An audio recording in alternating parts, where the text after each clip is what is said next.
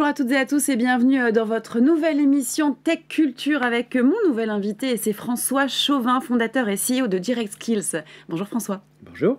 Merci beaucoup d'être avec nous. Vous avez créé votre société en 2000 avec pour objectif d'aider vos clients à réduire leurs coûts sur le travail temporaire. Alors, expliquez-nous un petit peu comment vous est venue cette idée, quelle est l'origine de la société? À l'origine de la société, ça remonte à très très loin. J'étais associé chez KPMG et je souhaitais développer les problématiques d'achat de prestations. Et en raccourci, on est arrivé sur l'intérim. Et l'intérim, c'est plus que réduire les coûts, c'est aussi faciliter et accélérer le recrutement. C'est aussi garantir la conformité juridique et effectivement réduire les coûts. Alors, vous travaillez avec quelle typologie de clients? Et comme votre société a été créée il y a plus de 20 ans, Oui. Quelle a été l'évolution des besoins? Alors, l'évolution des besoins, ça a commencé effectivement par la réduction de coûts. Et puis ça s'est développé de plus en plus sur les problématiques de conformité juridique et d'assistance au recrutement dans un monde de pénurie d'un certain nombre de talents, notamment dans les métiers un petit peu qualifiés. D'accord. Et vous travaillez essentiellement avec des grands comptes?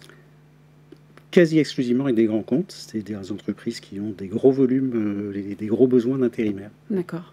Donc il y a vraiment encore ce besoin d'intérimaires. L'intérim fonctionne en France? L'intérim fonctionne très très bien en France. Il se développe régulièrement depuis 15-20 ans, après avec des variations, mais globalement il se développe. Et globalement également se développe tout ce qui est besoin de ressources non permanentes pour des projets ponctuels, pour des suractivités ponctuelles, dans le cadre d'un univers économique de plus en plus difficile à prévoir. Donc il faut de la flexibilité à tout point de vue. Bien sûr. Oui. Et la flexibilité, vous l'avez aussi avec des projets à l'international, puisque j'ai cru comprendre que vous aviez une forte ambition de développement outre-France. Oui. Quels sont ces projets, si on peut en savoir un peu plus? Les projets, c'est de faire la même chose que ce qu'on a fait en France dans les autres pays européens, puisqu'il s'avère, après une étude de marché, que ce qu'on fait est assez unique en permettant aux entreprises de reprendre complètement la main et la maîtrise de leurs ressources temporaires. D'accord. Alors vous avez aussi des valeurs au sein de votre entreprise, comme beaucoup de sociétés, et des bonnes valeurs qui sont construites au travers d'un grand chantier que vous avez baptisé CARE, la coopération, l'ambition, le respect et l'engagement. Est-ce qu'on peut en savoir un peu plus sur ces valeurs? Alors la première, je vais commencer par la deuxième, c'est A, donc c'est l'ambition. L'ambition, c'est pour nous-mêmes, pour les gens qui recrutent, qui se développent, et c'est aussi pour nos clients. Notre objectif, c'est de faire en sorte que les clients tirent le maximum de bénéfices de notre solution.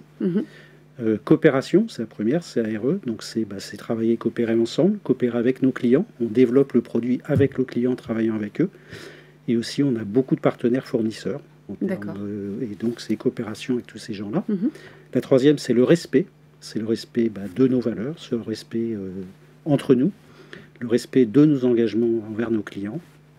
Et enfin, le dernier, c'est l'engagement. Si on s'engage, on entreprend d'une certaine façon, on essaye systématiquement d'aller au-delà de ce qu'on peut, de ce qu'on veut faire, que ce soit sur le plan technique, sur le plan fonctionnel et sur le plan d'accompagner nos clients. Parfait, c'est très clair. Merci François. Alors on va passer maintenant à la question que vous attendez, j'en suis certaine.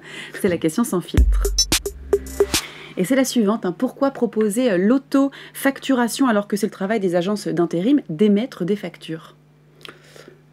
Dans toutes les activités, c'est le travail du fournisseur d'émettre des factures. Il se trouve que dans l'intérim, c'est extrêmement complexe puisqu'une facture d'intérim repose sur la paye du client. La paye, c'est un sujet compliqué, donc il y a plein d'erreurs. Et en fait, les agences continuent à émettre leurs factures, sauf qu'elles sous-traitent, entre guillemets, cette activité au client. D'accord. Donc c'est le client qui fait ses factures. Et pourquoi c'est le mieux placé? Parce que c'est lui qui maîtrise complètement ses règles de paye. Ok, bien merci pour cet échange, François. À bientôt, merci. Merci.